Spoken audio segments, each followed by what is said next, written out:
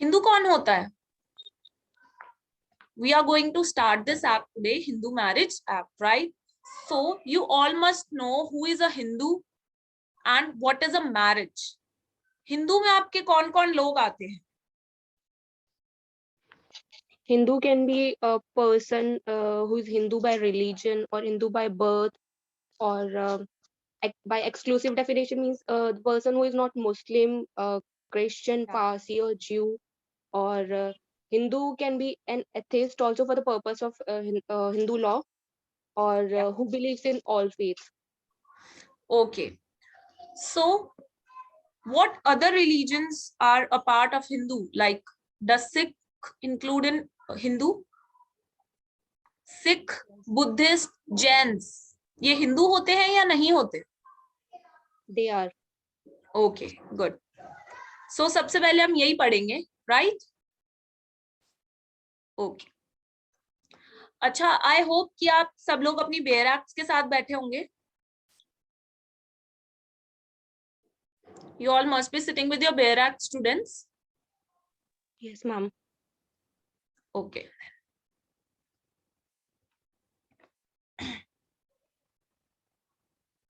One second.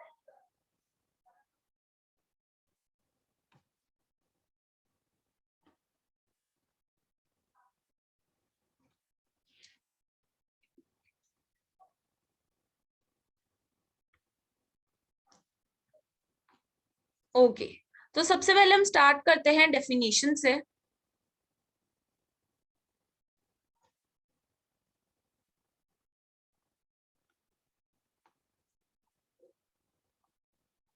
So section 2 की बात करें तो ये हमें बहुत सारी चीजें बताते हैं, राइट? इन ब्रीफ हमने देखा हिंदू कौन होते हैं, कौन नहीं होते, पर और भी काफी सारे सेक्ट्स हैं जो हिंदू में आते हैं या हिंदू में नहीं आते. तो हम इसको पढ़ेंगे सबसे पहले सेक्शन 2 को, राइट? सेक्शन 2 के हिसाब से स्टूडेंट्स अगर आप देखेंगे, अच्छा सेक्शन 2 से पहले मैं आपको एक बात बताना चाहूंगी. डू यू नो ये जो हिंदू मैरिज एक्ट है, जिसको हम शॉर्ट फॉर्म में HMA भी बोलते हैं, ये कहाँ कहाँ अप्लाई होता है? होल ऑफ इंडिया पे अप्लाई होता है? जम्मू एंड कश्मीर? अच्छा, तो पहले ये जम्मू एंड कश्मीर पे अप्लाई नहीं होता था, पर अब होता है. क्यों होता है? Can anybody tell me? Ma'am, by virtue of 2019 Jammu and Kashmir Reorganization Act, this act has been made applicable all over India. Okay, good. तो अब ये आपका यूनिवर्सल है, राइट? सारे हिंदूज पे आपके एप्लीकेबल होगा. तो ये होल ऑफ इंडिया पे अप्लाई होता है, but on Hindus only, right? Now definition पे चलते हैं. आप फाइनली सेक्शन 2 में हम देखें तो इसमें बहुत ज्यादा हमें बता रखा है ब्रीफली कि हिंदूज होते कौन हैं, और भी कई सारे सेक्ट्स होते हैं जो हिंदूज में आते हैं.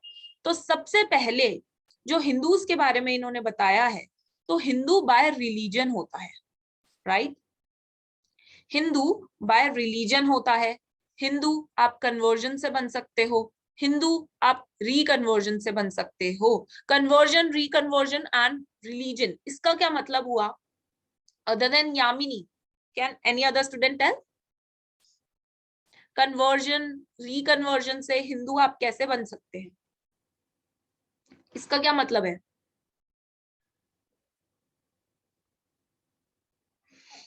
Ma'am, by conversion, a Hindu converted into some other religion. Okay. And then reconversion. After conversion, when the person comes back to his own religion, Hindu. Okay, yeah, very good. देखिए for example ये a person है, ये क्या है? ये हिंदू है. फिर ये मुस्लिम में कन्वर्ट हुए, then again he came back to Hinduism, right? तो ये हो गया रिकन्वर्जन. रिकन्वर्जन यानी कि ये कन्वर्ट तो हुए थे दूसरे रिलीजन में, लेकिन उन्होंने दोबारा रिकन्वर्जन करा लिया अपना मुस्लिम से हिंदू में, राइट? तो ये वापिस अब हिंदू हो गए हैं, राइट? अगर हम कन्वर्जन की बात देखें तो फॉर से ए था कोई मुस्लिम, एंड देन ये कन्वर्ट हो गए हैं, हिंदुइज्म फॉलो करने लगे हैं. तो ये हो गया कन्वर्जन और ये हो गया रिकन्वर्जन. आई होप इसमें किसी को कोई डाउट नहीं होगा. Any doubts? डाउट है तो आप चैट में लिख सकते हैं.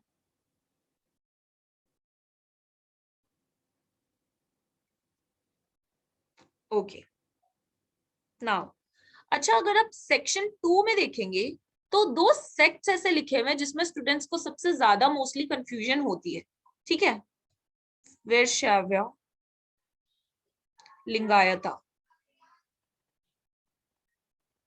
राइट, वैश्यव्य और लिंगायता, इनके बारे में क्या लिखा है सेक्शन 2 में? Can anybody tell me? अच्छा हिंदू लॉ आपने पहले पढ़ा हुआ है, Yes, ma'am. तो सेक्शन 2 में आपने ये टर्म्स जो है देखी होंगी, तो इन टर्म्स का मतलब क्या है? ये लोग होते कौन है? हिंदू होते हैं या नहीं होते? और Ma'am, ये है Linga, कौन लोग? Yes, ma'am. They are Lingayata Hindu. is a form of Hindu religion which is followed in Karnataka by the followers of Shiv. या वेरी गुड, तो बेसिकली ये एक हिंदू का ही सेक्ट है, राइट। ये लोग क्या होते हैं? ये शिवा, लॉर्ड शिवा के फॉलोअर्स हैं और ज्यादातर ये कर्नाटका में पाए जाते हैं, राइट।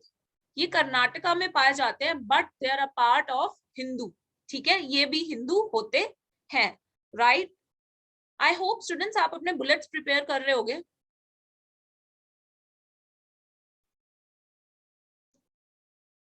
तो हमने कौन कौन से रिलीजन हिंदूज देखे अभी तक? एक तो बाय रिलीजन हो गए, राइट, कन्वर्जन से हो गए, रिकन्वर्जन से हो गए, राइट। उसके बाद हमने वीरशैव और लिंगायत देखा।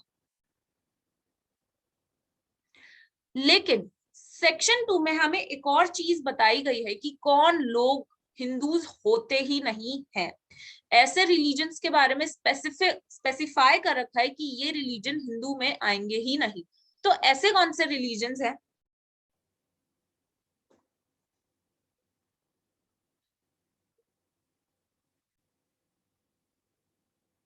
Muslims, Christians, Jews and Parsis, right. तो ये है नॉन हिंदू, ये हिंदू नहीं है, इन पे ये एक्ट अप्लाई नहीं होता, ये स्पेसिफिकली कहा गया है। लेकिन ये वीरशैव और लिंगायत के सिवा और भी कुछ सेक्ट्स हैं जो हिंदू की कैटेगरी में आते हैं। वो कौन से सेक्ट्स हैं? समाज कहते हैं हम उन्हें। तो कुछ समाज है जो इस कैटेगरी में आते हैं, हिंदू की कैटेगरी में आते हैं। तो कौन से समाज है? If you can see in your bare act, just see in your bare act, कुछ समाज भी है, इन सेक्ट्स के सिवाय कुछ समाज भी हैं जो हिंदू की कैटेगरी में आते हैं। बताइए। Ma'am, Brahmo Samaj, हाँ the ji, founder of Brahmo Samaj is Rajaram Mohan Roy, and it is also the oldest Samaj. Okay, And Pratna Samaj and Arya Samaj. Founder of Arya Samaj is Dayanand Saraswati. Right. And तो ये भी कुछ समाज है, कुछ sects हैं, right. इन पांचों को आप लिख लीजिए बुलेट पॉइंट्स में, क्योंकि प्री से जो है आपके क्वेश्चंस जो है आ जाते हैं ऐसे में, राइट। तो आपको पता होना चाहिए कि कौन कौन से सेक्ट्स जो है स्पेसिफिकली हिंदू के अंदर कहे गए हैं और कौन से बोला गया है कि बिल्कुल भी नहीं आते, राइट। ओके, लेकिन एक और जगह डाउट आता है स्टूडेंट्स को, यहाँ पे वर्ड यूज किया गया है कि भाई HMA एक्ट जो है वो अप्लाई होता है टू एनी पर्सन जो डोमिसाइल है टेरिटरी ऑफ इंडिया का, ठीक है, जो डोमिसाइल है टेरिटरी ऑफ इंडिया का, टू एनी पर्सन, ठीक है। इतने में आप लोगों को कंफ्यूजन हो जाती है। लेकिन स्टूडेंट्स अगर आप ध्यान से पढ़ेंगे तो उसके आगे भी कुछ लिखा गया है। क्या लिखा गया है? कुछ रिलीजन्स का नाम दिया गया है। Other than that, in persons को छोड़ के ये HMA एक्ट जो बाकी सारे पर्सन्स है जो कि इंडिया की टेरिटरी में रहते हैं उन पे एप्लीकेबल होगा, राइट।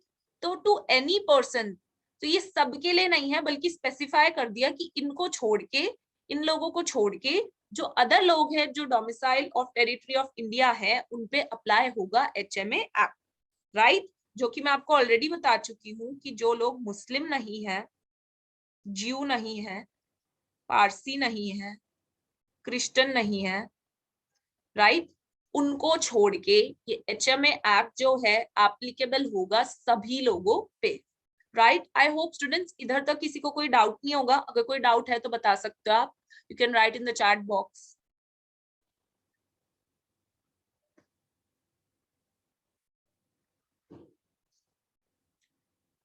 ओके ना, इन पे तो बिल्कुल ही मना कर दिया कि भाई ये हिंदू है ही नहीं, अब हिंदू है ही नहीं तो हिंदू मैरिज एक्ट क्यों अप्लाई होगा, तो हिंदू मैरिज एक्ट भी अप्लाई नहीं होगा। हिंदू मैरिज एक्ट अप्लाई किन पे होगा, जो हिंदूज होंगे। और हिंदूज कौन है, आपके वीरशैव लिंगायत और ब्रह्मो समाज, प्रार्थना समाज, आर्य समाज और Sikh, Jain and Buddhist, right. I hope इतना क्लियर होगा सभी को। Clear? Yes, You can ma'am. respond in the chat box instead of unmuting yourself. Okay, now इतना तो हमें पता चल गया कि हिंदू कौन है, हिंदू कौन नहीं है।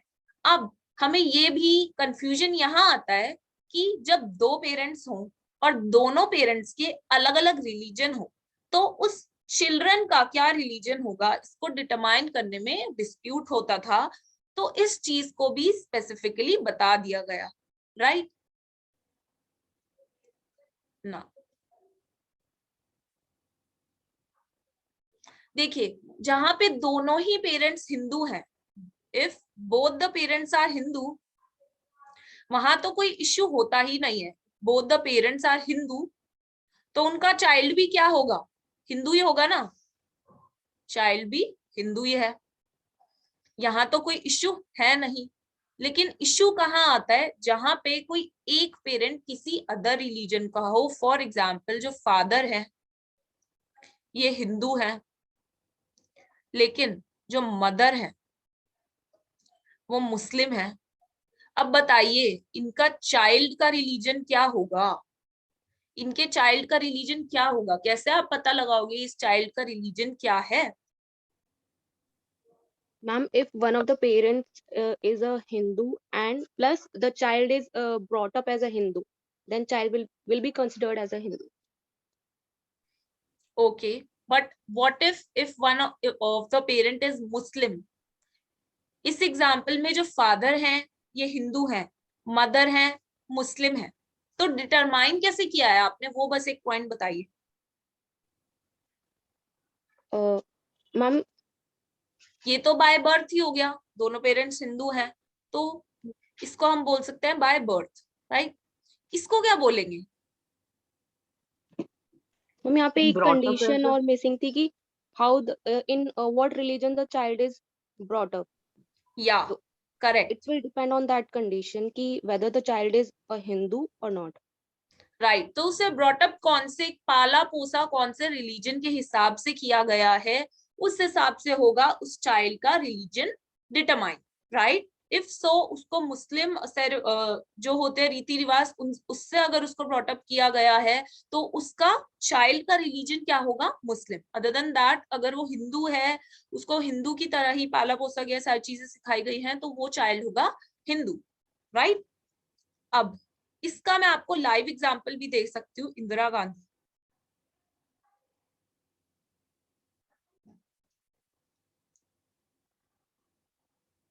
राइट। अभी जो इंदिरा गांधी थी ये है हिंदू, इनके हस्बैंड है पारसी,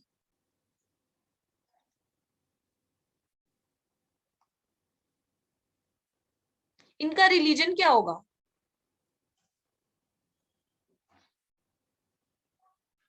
इनका रिलीजन क्या होगा। Ma'am, there was a पार- case on it since मतलब issue was with respect to the religion of Sanjay Gandhi. Since he was brought up as a Hindu, that's why he was declared as a Hindu. Okay, one second. अब देखिए पारसी हिंदू होते हैं क्या, No. तो इनके husband है पारसी, इंदिरा गांधी है हिंदू, तो राजीव गांधी इनका डिटरमाइन कैसे करोगे आप, इनका रिलीजन आप डिटरमाइन कैसे करोगे।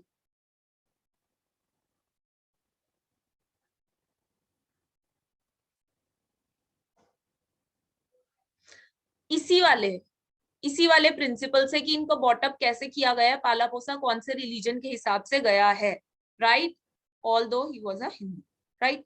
अब केस की बात कर लेते हैं, केस का नाम भी बता दीजिए, किसने बताया था? Ma'am, I don't know the name of the case, but I just know that there was a case with respect to it. Sanjay Right. Gandhi case.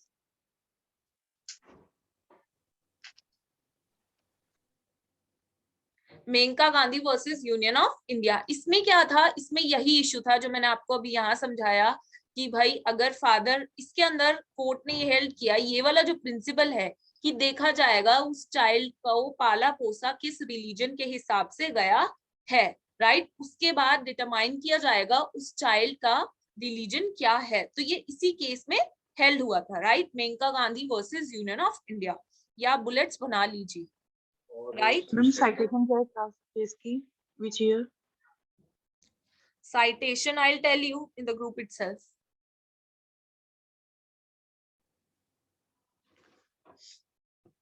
Should I clear the screen? Yes, ma'am. Okay. Now, by birth एक होता है Hindu, by birth children होता है, एक होता है हिंदू, उसको brought up कैसे किया गया, पाला पोसा कैसे गया, राइट। कन्वर्जन वाला हम ऑलरेडी देख चुके हैं, एक कन्वर्जन से भी होता है, right, conversion and reconversion. I hope ये सारे कॉन्सेप्ट्स आपको क्लियर होंगे। By birth, brought up, conversion and रिकन्वर्जन,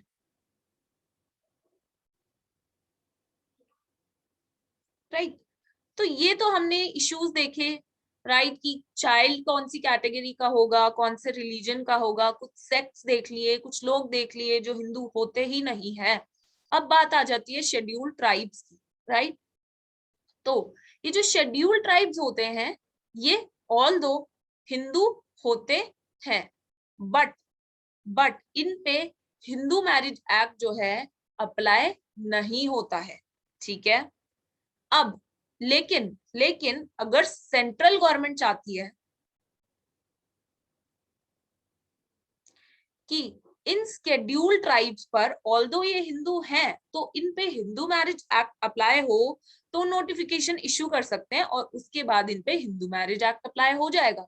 but although ये शेड्यूल्ड ट्राइब्स भी हिंदू में आते हैं, बट क्योंकि ये शेड्यूल्ड ट्राइब्स हैं, ये गवर्न नहीं होते हैं हिंदू मैरिज एक्ट से, हिंदू मैरिज एक्ट इन पे एप्लीकेबल नहीं होता है, राइट। नाउ आगे चलते हैं।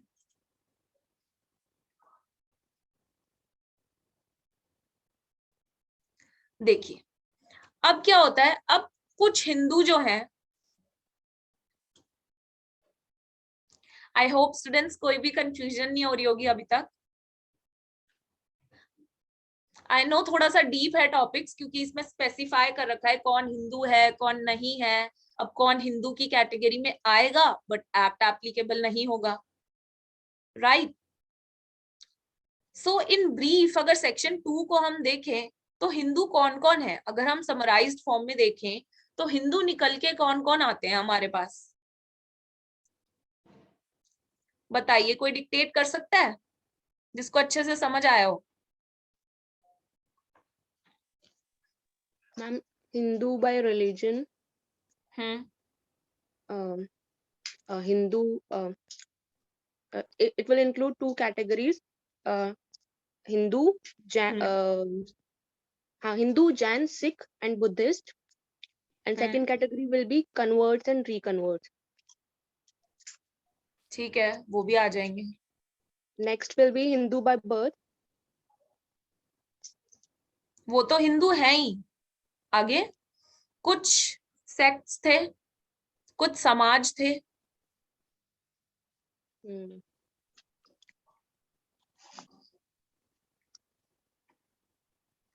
ठीक है, यही थे ना? क्या बात है, बुलेट्स नहीं बना रहे आप लोग?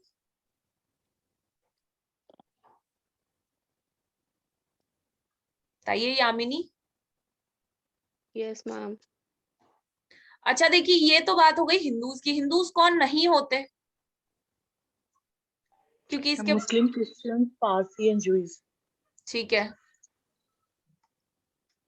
अब देखिए सेक्शन 2 में ही अगर आप देखेंगे तो एंड में एक और बात लिखी है कि कुछ लोग बाय रिलीजन हिंदू नहीं होते, वो हिंदू नहीं है, बट उन पे हिंदू मैरिज एक्ट अप्लाई होता है।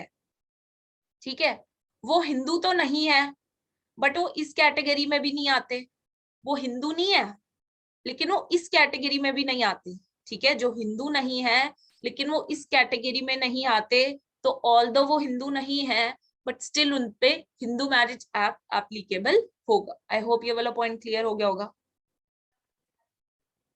ठीक है, नाउ अब आगे चलते हैं। अब हिंदू को तो हमने बहुत अच्छे से समझ लिया है। आई होप अब कोई भी ऐसा क्वेश्चन नहीं होगा जिसको आप आंसर ना कर पाओ।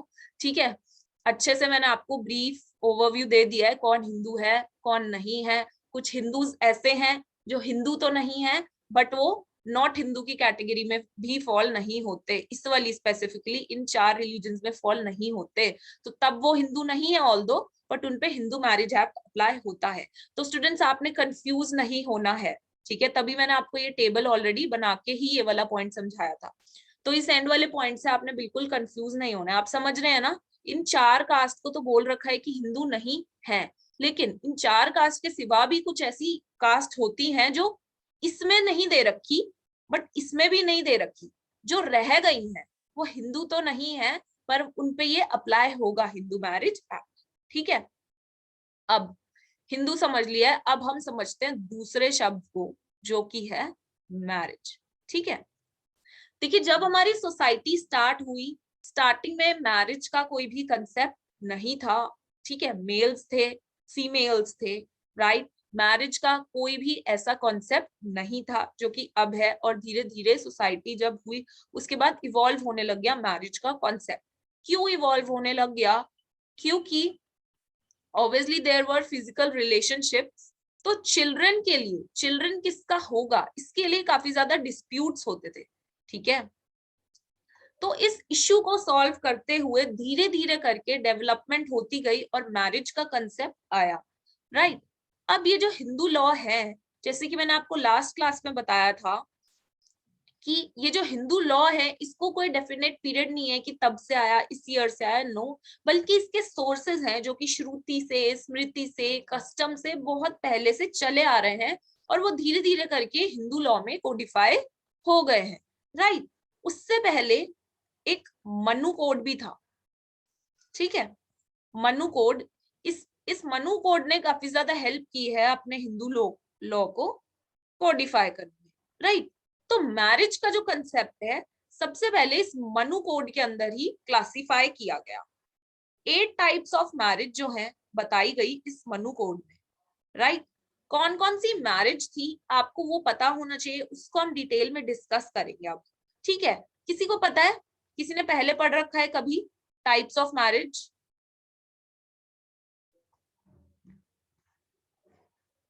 बताइए।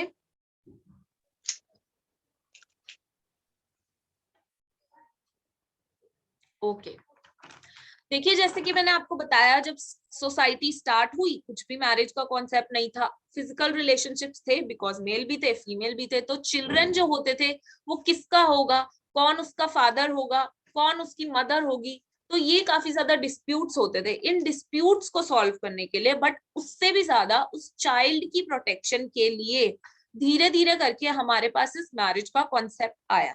बट मैरिज का कॉन्सेप्ट तो आया, ठीक है, कि भाई जो लोग होंगे मेल और फीमेल, इनकी शादी कराई जाएगी और वो चाइल्ड इन्हीं का होगा, उसके फादर होंगे, उसकी मदर होंगे और उनका प्रोटेक्शन के लिए चाइल्ड की ये कॉन्सेप्ट लाया गया। बट उस टाइम पे ये कॉन्सेप्ट मोनोगैमी का कॉन्सेप्ट नहीं था, उस टाइम पे क्या थी, पॉलीगैमी। पॉलीगैमी क्या होती है?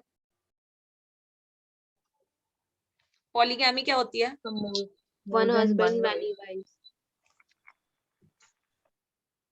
देखिए उस टाइम पे जो कंसेप्ट था वो था ग्रुपिज्म का। अब उसमें भी दिक्कत आई कि बच्चा किसका होगा किसका नहीं होगा, तो फाइनली मोनोगैमी का कंसेप्ट आया जो कि हिंदू मैरिज एक्ट के अंदर दिया गया है कि मोनोगैमी होगी, सिंगल मैरिज होगी, राइट। अदर मैरिज करनी है तो आफ्टर डिवोर्स होगी, राइट, अदरवाइज आईपीसी में पनिशमेंट भी दी गई है, राइट। अब ये मोनोगैमी का जो कंसेप्ट था सिंगल मैरिज का, इसको बताया गया आपके HMA एक्ट के अंदर। साथ साथ अब जब मैरिज का कॉन्सेप्ट आया, पॉलीगैमी आई, मोनोगैमी आई, तो अलग अलग तरीके की मैरिजेस आई। ठीक है, कौन कौन सी तरीके की मैरिजेस आई मनु कोड के अंदर उसको लिख दिया गया, क्लासिफाई किया गया कि प्रीस्ट होगा तो उसकी ये वाली शादी होगी, राइट। तो एक एक करके आप इन सबको लिख लीजिए क्योंकि इंपॉर्टेंट है स्टूडेंट्स। सबसे पहले आई ब्रह्मा मैरिज, देवा मैरिज,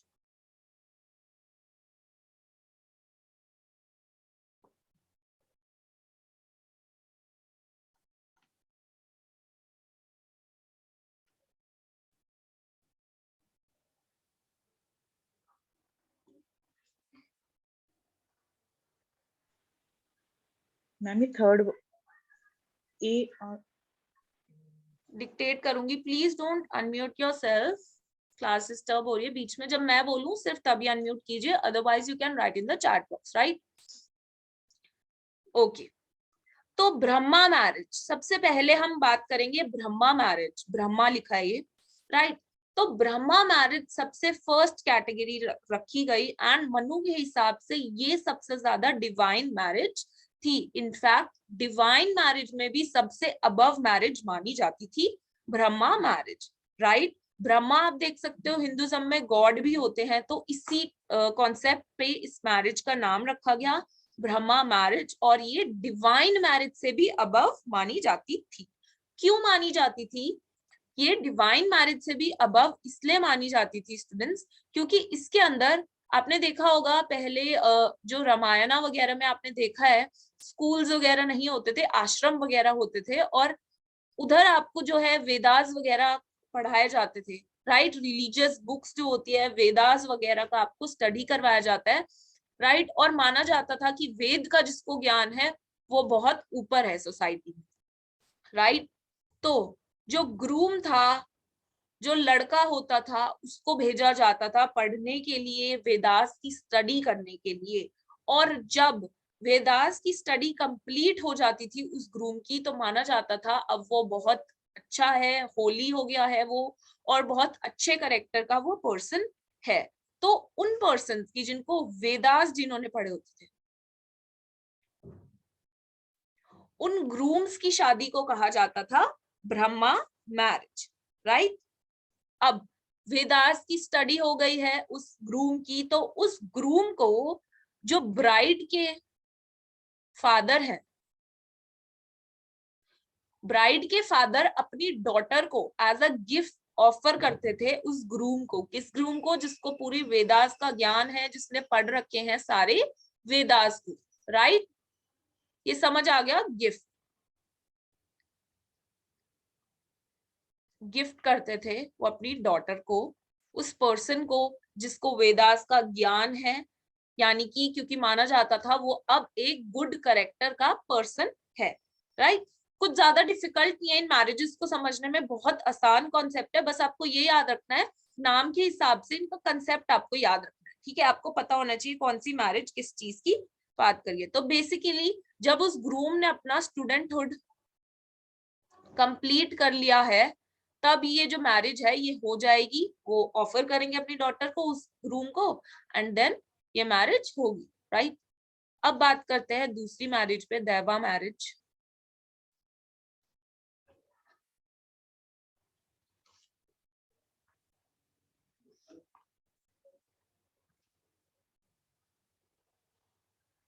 देखिए इसके अंदर जो टर्म यूज की गई है वो है सर्टेन टाइम, ठीक है। इसके अंदर जो लड़की की फैमिली है, जो ब्राइड की फैमिली है, तो वंस उस वुमेन की एज हो जाती थी ऑफ द कि वो शादी करवाएं उसकी, उसके लिए वो सर्टेन टाइम के लिए वेट करते थे कि खुद से उसे अप्रोच करें, उन्हें अप्रोच करे कोई ग्रूम की फैमिली, राइट। तो वो एक सर्टेन टाइम के लिए वेट करते थे कि उनके लिए कोई अच्छा रिश्ता आए, वो सर्टेन टाइम के लिए वेट करते थे। लेकिन वंस ये सर्टेन टाइम हो गया है लेकिन कोई भी उनके लिए कोई सूटेबल जो ग्रूम है वो नहीं आया है, तो फिर वो क्या करते थे, वो प्रीस्ट की मदद लेते थे, पंडित की मदद लेते थे। कौन? फादर, उस लड़की के फादर प्रीस्ट की मदद से उनकी एक अरेंज मैरिज जो है वो कराते थे, ढूंढते थे वो प्रीस्ट की मदद से फादर लड़की के, और फिर उनकी जो है शादी कराई जाती थी। ठीक है, ये बहुत सिंपल कॉन्सेप्ट है। आई होप ये समझ आ गया होगा कि सर्टेन टाइम तक वेट करते थे कि कोई ग्रूम की फैमिली उन्हें अप्रोच करेगी। अगर नहीं हुआ ऐसा तो लड़की के जो फादर हैं वो प्रीस्ट के पास जाते थे और वो उनके लिए एक सूटेबल ग्रूम को ढूंढते थे और उनकी मैरिज करा देते थे। ये काफी सिंपल है, आई होप सबको क्लियर हो गया होगा। नेक्स्ट चलते हैं अर्शा मैरिज।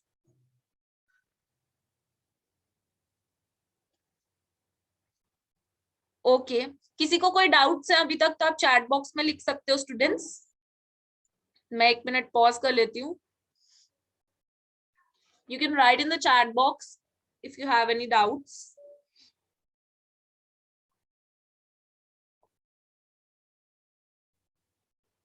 Okay. अर्शा मैरिज पे अगर हम चलें तो ये होता था, बेसिकली इसमें कंसीडरेशन होता था। कंसीडरेशन क्या होता था कि जो डॉटर है मैं वो तुमको दूंगा, जो ब्राइड है उसको ऑफर किया जाएगा उस ग्रूम को, राइट, लेकिन बदले में तुम्हें मुझे पेयर देना पड़ेगा ऑफ काउस, राइट। देखो, काउस को हिंदू धर्म में बहुत ज्यादा होली माना जाता है, पवित्र माना जाता है, राइट। तो पहले ये माना जाता था इस अर्शा मैरिज में कि फर्स्ट ऑफ ऑल ये मैरिज जो है सिर्फ प्रीस्ट वगैरह जो होते हैं वो करते थे, क्योंकि वो मानते थे कि हिंदूज में जो काउज होती हैं वो बहुत ज्यादा पवित्र होती हैं। तो सबसे पहली बात तो ये वाली जो अर्शा मैरिज थी ये प्रीस्ट कम्युनिटी जो थी उनके अंदर करवाई जाती थी, और वो अपनी डॉटर देते थे ग्रूम को, और उसके बदले में ग्रूम की फैमिली उनको, यानी कि लड़के की फैमिली लड़की की फैमिली को क्या देते थे, काव देते थे, राइट, पेयर ऑफ काउस देते थे। आई होप ये भी क्लियर होगा, बहुत सिंपल कॉन्सेप्ट है। बस आपको यही इसके अंदर याद रखना है मेन पॉइंट, कि इसके अंदर कंसीडरेशन होता था पेयर ऑफ काउस का, जो कि ग्रूम की फैमिली डॉटर को देती थी, and the second point is कि ये प्रीस्ट की फैमिलीज जो है वो करवाती थी इस मैरिज को, क्योंकि उनके अंदर काउस का कॉन्सेप्ट जो है उसको बहुत पवित्र माना जाता था, being a priest, being a Hindu. Okay, आगे चलते हैं प्रजापत्य मैरिज पे। स्टूडेंट्स अगर कोई भी डाउट्स है आपको तो आप मुझसे पूछ सकते हो। वैसे आई डू नॉट थिंक कि कोई डाउट होगा, बहुत ज्यादा क्लियर, बहुत ज्यादा सिंपल है ये टॉपिक, बट आपको याद रखने हैं कुछ पॉइंटर्स, वो आप लिख लीजिए, बुलेट्स बना लीजिए।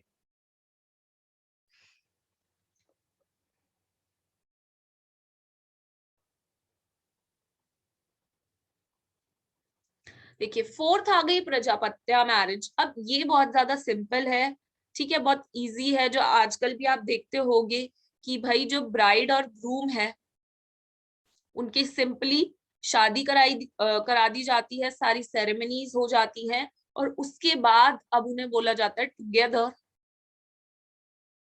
एज अ पार्टनर आप अपनी सारी सिविल एंड रिलीजियस ड्यूटी, आज से आप पार्टनर्स हो, और आज से आप टुगेदर आपको अपनी लाइफ में सारी civil duties and religious duties अपनी संभालनी है, ठीक है, राइट। अब सिविल ड्यूटीज तो क्या, कि भाई आपका चाइल्ड होगा, चाइल्ड की एजुकेशन, प्रोटेक्शन, देखभाल वो सब करोगे।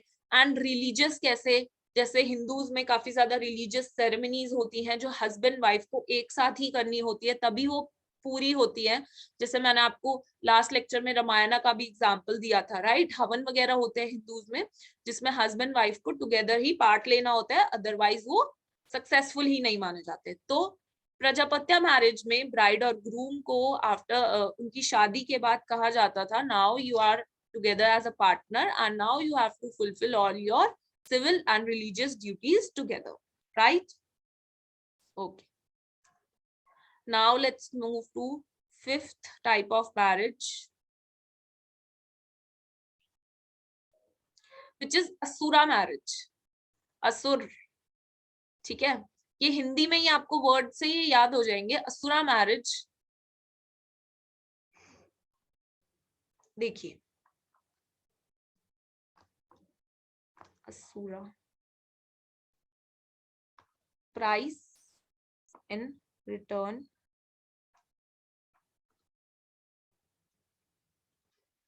यानी कि खरीदा जाता था ब्राइड को, राइट, कि हम तुम्हें ब्राइड देंगे, father of the daughter, father of the bride क्या बोलते थे कि हम तुम्हें अपनी डॉटर देंगे, लेकिन बदले में तुम्हें हमें कुछ शुल्का देना पड़ेगा। शुल्का यानी कि कुछ प्राइस देना पड़ेगा, तभी हम तुम्हें डॉटर देंगे। जैसे कि आपने बहुत बार मूवीज में भी देखा होगा, इनफैक्ट मूवीज से ज्यादा मैं क्राइम पेट्रोल का एग्जांपल दे सकती हूँ, कि किसी दूसरे शहर में जाते हैं, लड़की को खरीद के लाते हैं शादी करवाने के लिए। आई होप सभी ने देखा होगा ऐसा। और ये ऐसा नहीं है कि आज के जमाने में ही चल रहा है, अब देखिए मनु कोड में है ये, तो यानी कि कितने पहले से ये कॉन्सेप्ट चल रहा है, असुरा कॉन्सेप्ट, जिसमें लड़की को खरीद के लाया जाता है एक तरीके से, ठीक है, या फिर उसके बदले में बहुत सारे गिफ्ट्स दिए जाते हैं लड़की की फैमिली को, एंड देन वो रिटर्न में आपको लड़की को दे देते हैं शादी कराने के लिए। देखिए अभी तो मैं आपको क्राइम पेट्रोल का एग्जाम्पल दे रही हूँ, लेकिन पहले का अगर मैं आपको एग्जाम्पल देना चाहूँ तो रामायणा का मैं आपको एग्जाम्पल दे सकती हूँ।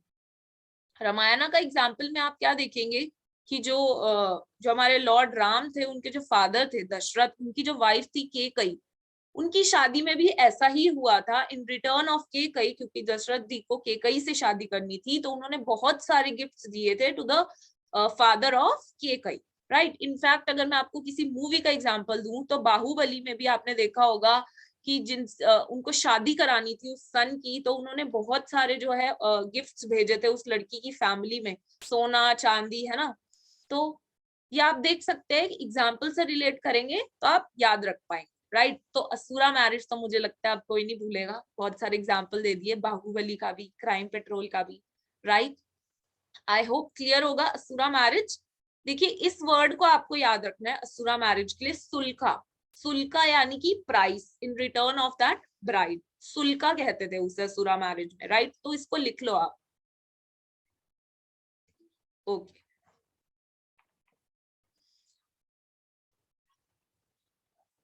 Next is Gandharva marriage. Gandharva marriage, what is Gandharva marriage? देखिए अभी तक जो हमने मैरिज पढ़ी ना, वो काफी होली और डिवाइन तरीके की मैरिज थी, लेकिन अभी हम आगे देखेंगे असुरा, राक्षसा, पैशाचा मैरिज। तो आपको नाम से ही पता चल रहा होगा, असुर, राक्षस, पैशाच, जिसे हम भूत वगैरह भी बोलते हैं, पर भूत वगैरह नहीं है ये, अभी मैं बताऊंगी क्या है ये। तो उससे पहले हम गंधर्वा मैरिज भी पढ़ लेते हैं। देखिए गंधर्वा मैरिज क्या है, ये एक तरीके से लव मैरिज है, ठीक है। अब आप सोच रहे होगे लव मैरिज क्या पहले के जमाने में एग्जिस्ट करती थी क्या, जो मनु कोड में लिख दी गई है? हाँ जी बिल्कुल, लव मैरिज पहले भी एग्जिस्ट करती थी, जहां पे ब्राइड और ग्रूम का म्यूचुअल कंसेंट होता था ऑलरेडी, म्यूचुअल कंसेंट होता था ऑलरेडी, तो उसको गंधर्वा मैरिज कहा जाता था, जिसको हम आज के जमाने में लव मैरिज भी बोलते हैं। और run away marriage, run away marriage जो होती थी उसको भी गंधर्वा मैरिज कहा जाता था। रन अवे मैरिज आजकल का हमारा इंग्लिश जो है वर्ड है, पर इसको पहले कहा जाता था ग्रिथा,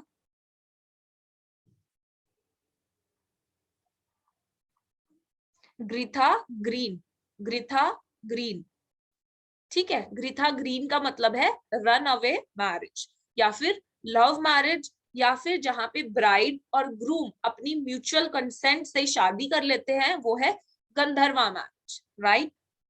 नाउ अगली तरीके की मैरिज पे चलते हैं।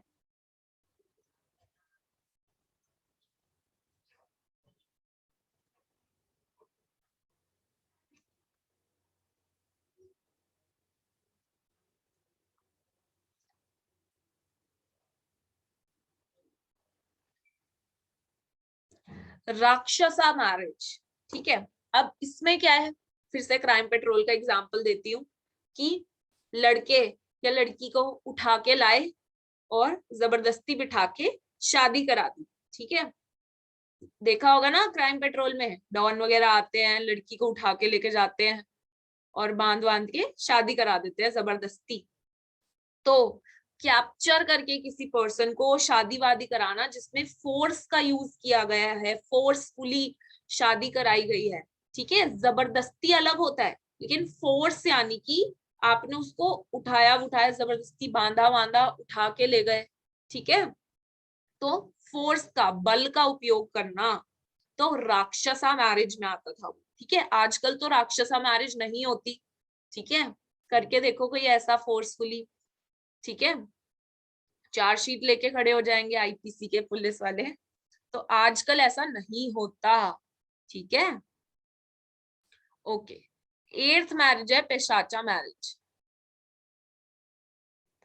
अब पेशाचा मैरिज क्या होता है? रूप बदलना, ठीक है। हॉलीवुड मूवीज देखते होगे तो उसमें देख सकते होगे आप, बॉलीवुड मूवीज तो नहीं, हॉलीवुड मूवीज आप देखते होगे तो उसमें देखते हैं रूप बदल के आते हैं, ठीक है। देखिए बेसिकली इसमें यही कॉन्सेप्ट है कि जिस पर्सन ने उस लड़की के साथ सेक्सुअल रिलेशनशिप बनाया, यानी कि अगर रेप किया, अगर वो सो रही है या फिर उसको कुछ नशीला इंटॉक्सिकेटेड करके भी अगर ऐसी चीजें की गई तो वो फिर मैरिज मानी जाएगी। तो ये पेशाचा मैरिज है, यानी कि आज के जमाने में हम इसे रेप कहेंगे और ये आईपीसी में पनिशेबल है। तो आजकल ऐसी मैरिज, ना ही ऐसी मैरिज ये नहीं होती, क्योंकि ये आईपीसी में पनिशेबल है, क्योंकि इसको रेप कहा जाता है और इसको किडनैप एक तरीके से आपने उसको कर लिया है। तो इस तरीके की मैरिज आजकल नहीं होती, राइट। अब ये 8 की 8 मैरिजेस तो हमने डिस्कस कर लिए हैं, बट अब कुछ और चीजें देखते हैं मैरिज के बारे में ही।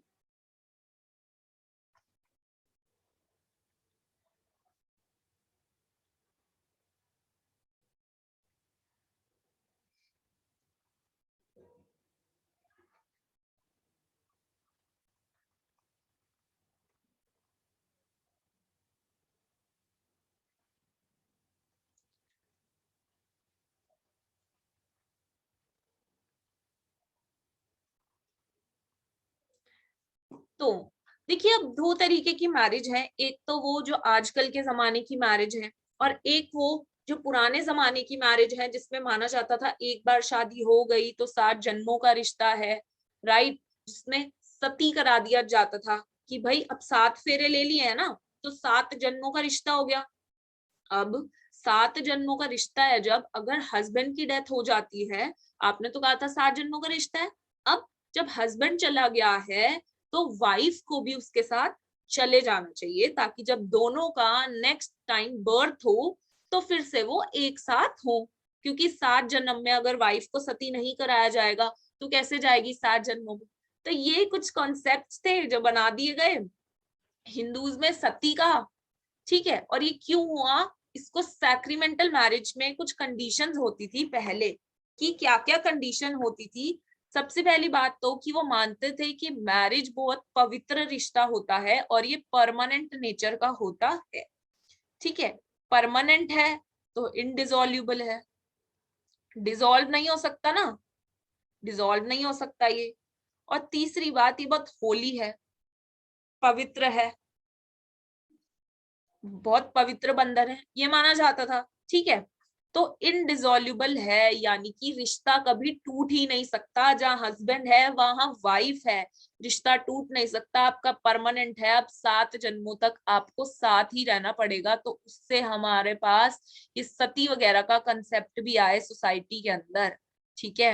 अब सती के कॉन्सेप्ट आए कि भाई जब हस्बैंड की वाइफ डेथ हो जाती है तो वाइफ को उसके साथ ही जला दिया जाएगा, जिंदा ही, ठीक है, ताकि वो उसके साथ ही नेक्स्ट टाइम दोनों साथ जो है जन्म ले और उनकी शादी हो जाए। और सती तो था ही था, साथ में विडो, कई बार सती नहीं होता था किन्हीं कम्युनिटीज में, तो ये होता था कि विडो रीमैरिज भी नहीं कर सकती, क्योंकि वो उसी पर्सन की है जिससे उसकी शादी हुई थी, 7 जन्मों तक उसी पर्सन की है। तो विडो रीमैरिज भी नहीं होती थी, क्योंकि एक बार जिससे शादी हो गई तो वो रिश्ता है परमानेंट, इंडिसोल्यूबल और होली यूनियन था, पवित्र बंधन है आप दोनों का, राइट। ये था आपका सेक्रीमेंटल मैरिज, पुराने टाइम का मैरिज का। लेकिन आजकल को देखते हुए मैरिज में आप देखेंगे तो ये सारी कंडीशंस जो है चेंज हो गई हैं। मॉडर्न मैरिज में अपोजिट इनका एक तरीके से आप लिख सकते हो। पहली बात तो डिसॉल्व हो सकती है मैरिज। आपने देखा है हिंदू मैरिज एक्ट में डिवोर्स के लिए भी प्रोविजंस दिए गए हैं, यानी कि अब चेंज हो गया है वो सेक्रीमेंटल। पुराने जमाने में ये जो कंडीशंस थे परमानेंट, इंडोसॉल्यूबल और होली यूनियन, ये चेंज हो गया है। अब जो कंडीशंस है आपकी, सबसे पहली बात तो ये कि आप जबरदस्ती नहीं कर सकते शादी वगैरह, जो हमने पहले के टाइप्स में देखा। तो आजकल की शादी में पहले तो कंसेंट ली जाती है ऑफ बोथ द पार्टीज, ठीक है। कंसेंट भी मैटर करती है, ब्राइड की भी और ग्रूम की भी। जैसे कि मैंने आपको दिखाया पैशाचा और असुरा और ये सब मैरिज में उठा के ले आते हैं, तो ये नहीं होगा। कंसेंट बहुत जरूरी है, वरना आईपीसी के डंडे पड़ेंगे, ठीक है। उसके बाद कंसेंट हो गया। दूसरी कंडीशन ये थी कि अब डिसोल्यूशन भी हो सकता है मैरिज का।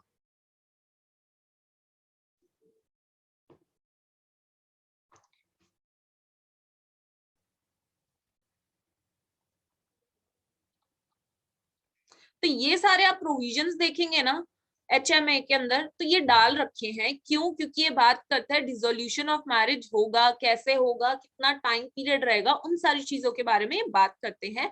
देखिए अब डिसोल्यूशन ऑफ मैरिज का कंसेप्ट आ गया, तो सती वाला जो था उसका भी एक सॉल्यूशन मिल गया यहाँ पे, क्योंकि यहाँ पे इनडिसोल्यूबल था, इसलिए सती के कॉन्सेप्ट को चलाया जा रहा था कि 7-7 जन्मों का रिश्ता है। लेकिन यहाँ पे जो है डिसोल्यूबल है मैरिज, और section 11, 12, 13, 13A, 13B Hindu marriage act के अंदर, जो मैं आपको पढ़ाऊंगी अभी आगे, तो ये सारी चीजें इसके अंदर डाल दी गई, ठीक है। तीसरी बात अगर आप देखोगे तो विडो,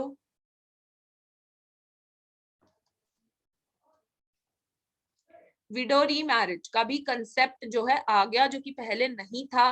विडो रीमैरिज का भी कंसेप्ट आ गया इसके अंदर, क्योंकि पहले क्या थी, परमानेंट थी। अब जब डिसॉल्व हो सकती है मैरिज, सती भी नहीं है, तो विडो रीमैरिज का कंसेप्ट भी आ गया, right.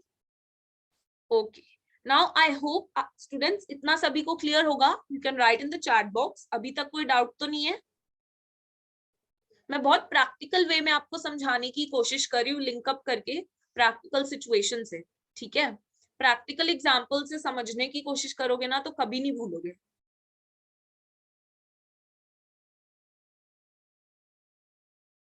Okay, no doubt, chat में मैंने पढ़ लिया आपका मैसेज। ओके, आगे चलते हैं। अब कुछ केसेस और इश्यूज की बात हम करेंगे, राइट।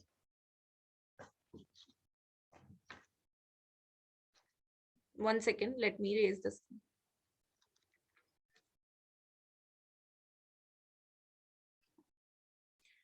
देखिए जो ए पर्सन है, इसने इस बी पर्सन के साथ सिर्फ सगाई की, इंगेजमेंट की, ठीक है। और ए ने इस सी पर्सन के साथ क्या कर ली, मैरिज। तो बताइए ए की बी के साथ वैलिड होगी या फिर ए की सी के साथ वैलिड होगी मैरिज? A with C. ठीक है, देखिए ए ने बी के साथ सिर्फ और सिर्फ सगाई की थी, उनकी कभी शादी हुई ही नहीं थी। तो सिर्फ इस ग्राउंड पे कि ए के बी के साथ पहले से ही इंगेजमेंट हो रखी थी, सगाई हो रखी थी, तो ए और सी की जो मैरिज है वो इनवैलिड नहीं हो जाएगी। ए और सी की मैरिज जो है एक वैलिड मैरिज है, ठीक है। तो यही बात कही गई थी खिमजी, खिमजी KHIMJI वर्सेस नारी 1995 के केस में सेम यही बात कही गई थी, ठीक है। बहुत सिंपल है ऑल दो, ठीक है। इसका आपको यूज तब आएगा जब कोई सिचुएशन बेस्ड क्वेश्चन आएगा, ठीक है। तो ये चीज आप याद रख लेना, केस का नाम याद रखो ना रखो इंपॉर्टेंट नहीं है, बट ये फैक्चुअल सिचुएशन आप याद रखना कि ए और सी की मैरिज जो है वैलिड है, वो इनवैलिड नहीं होगी, क्योंकि ए और बी की तो सिर्फ सगाई यानी कि एंगेजमेंट ही हुई थी, ठीक है। अब कुछ सेरेमनीज भी होती हैं हिंदूज में कुछ शादी के वक्त ना कुछ सेरेमनीज होती हैं, और कहा जाता है कि मैरिज जिनकी हुई है उनकी ये सेरेमनीज फुलफिल होनी चाहिए, तभी एक वैलिड मैरिज मानी जाएगी, ठीक है। तो दो तरीके की सेरेमनीज होती हैं, शास्त्रिक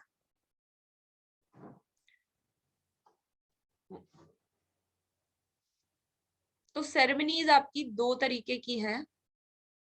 पहली आपकी और दूसरी आपकी कस्टमरी, जो कस्टम से आई है।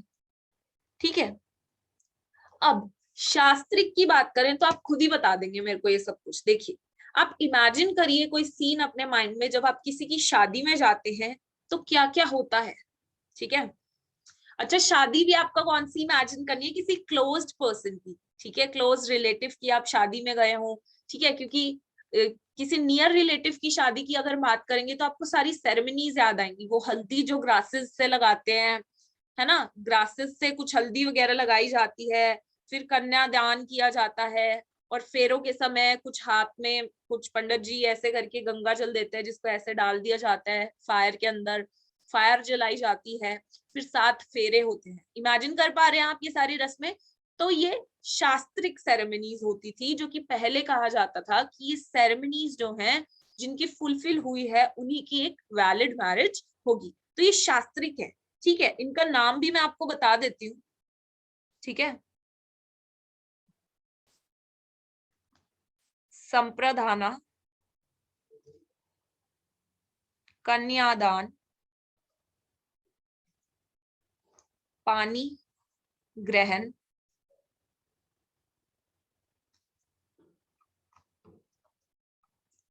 व्याहिमा,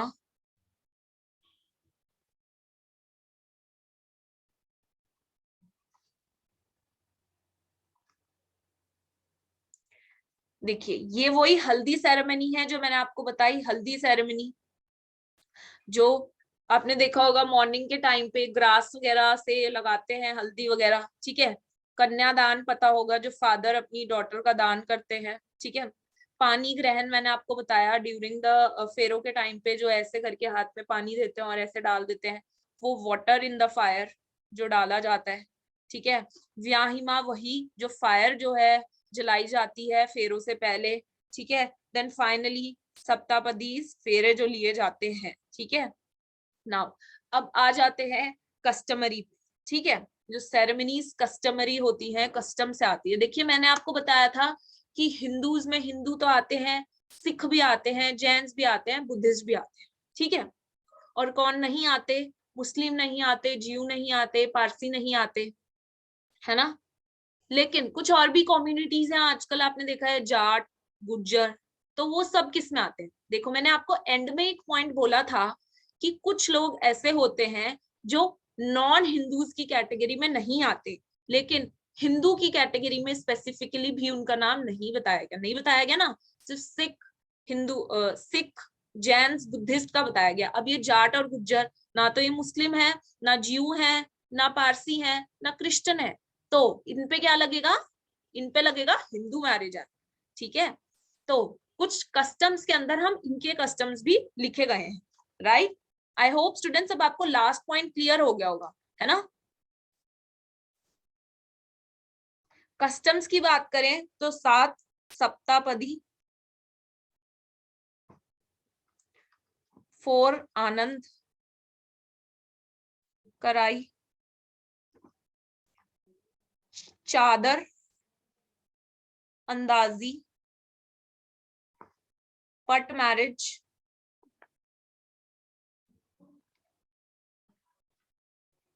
करेबा। ठीक है, देखिए जो शास्त्रिक जो चीजें हैं, शास्त्रिक यानी कि बोलते हैं ना शास्त्रों के हिसाब से, श्रुति स्मृति जो हमारे वेदास में शास्त्रों में लिखा गया उनके हिसाब की सेरेमनीज हैं ये, जो हम करवाते हैं। संपदाना, कन्यादाना, पानी ग्रहणा, व्याहिमा, सत्तापदी। ठीक है, अब ये जो कस्टमरी लॉज हैं, उनसे जो कस्टम से, जो शास्त्रों में नहीं लिखा गया बल्कि कस्टम से चली आ रही हैं, और ये फिर हमारी सेरेमनीज बन गई हैं। ये कौन सी हैं? सबसे पहले तो सप्तापदी, 7 फेरे। ठीक है, 4 आनंद कराई, ये 6 में होता है, सिख जो होते हैं उनमें होता है। चादर अंदाजी, चादर अंदाजी मोस्टली आपके जाट्स वगैरह में देखा जाता है। ठीक है, चादर अंदाजी का मतलब ये होता है व्हेन ब्राइड एंड ग्रूम की शादी होती है। ठीक है, लेकिन जो होता है ग्रूम की अगर डेथ हो जाए तो ग्रूम का छोटे भाई से ही शादी करा दी जाती है उस ब्राइड की। राइट, ठीक, तो उसको चादर अंदाजी बोलते हैं। फिर आता है पट मैरिज। पट मैरिज के आप सामने लिख सकते हो विडो रीमैरिज। ठीक है, शास्त्रों में तो नहीं था ना विडो रीमैरिज का, ये तो कस्टम से हुआ है। तो विडो रीमैरिज को कहा गया पट रीमैरिज। एंड करेवा, करेवा यानी कि लिव इन रिलेशनशिप्स जो होती हैं वो करेवा, क्योंकि कस्टम से आई है, कोई शास्त्रों में लिव इन रिलेशनशिप के बारे में कुछ भी नहीं बताया गया। तो करेवा वो टर्म है जिसको लिव इन रिलेशनशिप बोला जाता है। तो आजकल की कस्टम्स वगैरह को सब कुछ देखने के बाद ये जो चीजें बनाई गई है इनको आप बोलते हो कस्टम्स के हिसाब से बनाई गई सेरेमनीज। स्टूडेंट्स, आई होप अब आपको मैरिज का कॉन्सेप्ट तो बहुत अच्छे से क्लियर होगा। ये जो सारे शब्द है ना, ये मैंने आपको इसलिए लिखवा दिए गए हैं क्योंकि मैरिज में कई बार क्वेश्चंस में ऐसे वर्ड यूज किए जाते हैं। ठीक है, तो आपको ये पता होनी है, शास्त्रिक तो नहीं बट आपको ये पट मैरिज करेवा ये सब तो पता ही होना चाहिए। ठीक है, कोई डाउट्स हैं तो कमेंट सेक्शन में चैट बॉक्स में लिख दीजिए। आई होप किसी को कोई डाउट नहीं होगा। मैंने काफी अच्छे से ये ट्राई किया है कि हिंदू के कॉन्सेप्ट को भी और मैरिज के कॉन्सेप्ट को भी मैं बहुत अच्छे से डीपली एनालाइज आपको करा पाऊं, राइट। देखिए जो सेरेमनीज वाली बात है ना, ये आपको इतना रटने की जरूरत नहीं है। आई नो ये थोड़े डिफिकल्ट वर्ड्स हैं और ये आपसे कॉन्सेप्ट पूछा भी नहीं जाएगा, but just for the knowledge आपको पता होना चाहिए and for the understanding of words की पट मैरिज या करेवा जैसा वर्ड यूज कर लिया जाए लिव इन रिलेशनशिप के लिए, तो आपको पता होना चाहिए। ठीक है, तो मैंने कोई भी चीज, कैन यू एक्सप्लेन पट मैरिज एंड चद्दर अंदाजी marriage again? Okay okay, Yamini is asking कि चादर अंदाजी एंड पट मैरिज क्या होता है। देखिए चादर अंदाजी ये होता है, फॉर एग्जांपल दो ब्रदर्स हैं, ठीक है, मैं आपको ड्रॉ करके बता देती हूँ।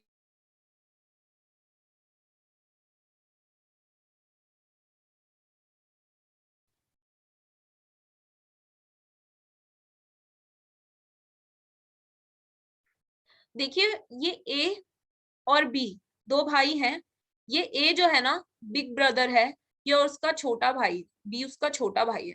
तो ए की ना शादी होती है बी सी से, ठीक है, ए की शादी होती है सी से, लेकिन आफ्टर सम टाइम जो बड़ा भाई है ए की है ना डेथ हो जाती है।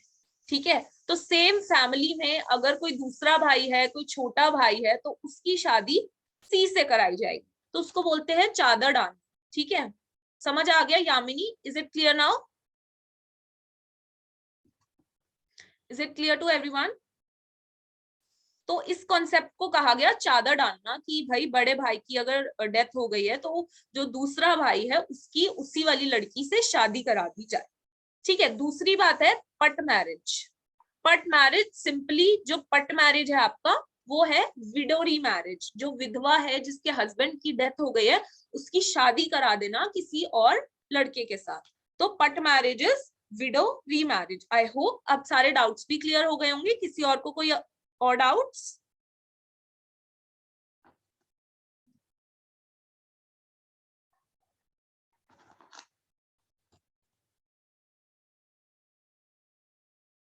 ओके ओके कूल, सबको सारे डाउट्स क्लियर है ना? कोई भी अब डाउट्स नहीं है? ठीक है, so I am ending today's lecture here only. Next lecture में हम आगे का टॉपिक कंटिन्यू करेंगे, right? Okay students, I am ending this lecture.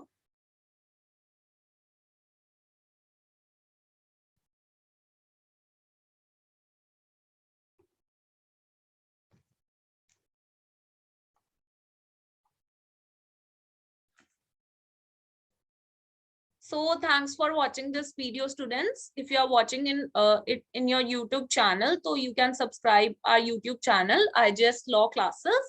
और आपको कैसा लगा ये लेक्चर आप कमेंट में बता सकते हैं, लाइक भी कर सकते हैं। So या आगे का टॉपिक हम नेक्स्ट लेक्चर में कंटिन्यू करेंगे। So stay tuned with IJS Law Classes.